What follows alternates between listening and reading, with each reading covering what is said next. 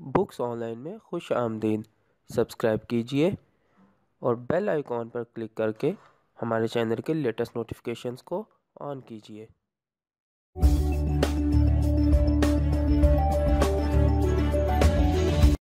अस्सलाम वालेकुम प्यारे बच्चों, आज जो मैं आपको कहानी सुनाने जा रही हूँ इसका नाम है एक था उल्लू। एक उकाब और एक उल्लू में दोस्ती हो गई। उकाब बोला, भाई उल्लू, अब मैं तुम्हारे बच्चों को कभी नहीं खाऊंगा, मगर ये तो बताओ कि उनकी पहचान क्या है। कहीं ऐसा न हो कि किसी दूसरे परिंदे के बच्चों के धोखे में मैं उन्हें ही खा जाऊं। उल्लू ने जवाब दिया, भला ये भी कोई मुश्किल की बात है। मेरे बच्चे सब परिंदों के बच्चों से ज्यादा खूबसूरत हैं। उनकी आवाज भी बहुत सुरीली है। उकाब ने कहा, बस बस, मैं समझ गया, अब मुझे कभी धोखा नहीं हो सकता इनको खाने में। अच्छा, खुदा हाफिज, फिर मिलेंगे। ये कह के उकाब उड़ गया। दूसरे दिन उकाब शिकार की तलाश में इधर उधर उड़ रहा था कि उसे एक दरख्त की शाख पर किसी परिंदे का घोंसला नजर आया।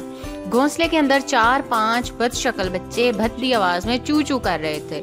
उकाब ने सोचा, ये बच्चे मेरे दोस्त उल्लू के हरगिज नहीं हो सकते। ये सोचकर उकाब ने उन बच्चों को खाना शुरू कर दिया। जब वो सब बच्चों को खा गया तो उल्लू उड़ता हुआ आया और शोर मचाकर बोला, अरे तुमने ये क्या किया? ये तो मेरे बच्चे थे। एक चमगादड़ ने जो पास ही उड़ रही थी उल्लू से कहा, उसमें उकाब का कोई कसूर नहीं, सारी गलती तुम्हारी है। जो किसी को धोखा देकर अपनी असलियत छुपाने की कोशिश करता है, इसका यही अंजाम होता है।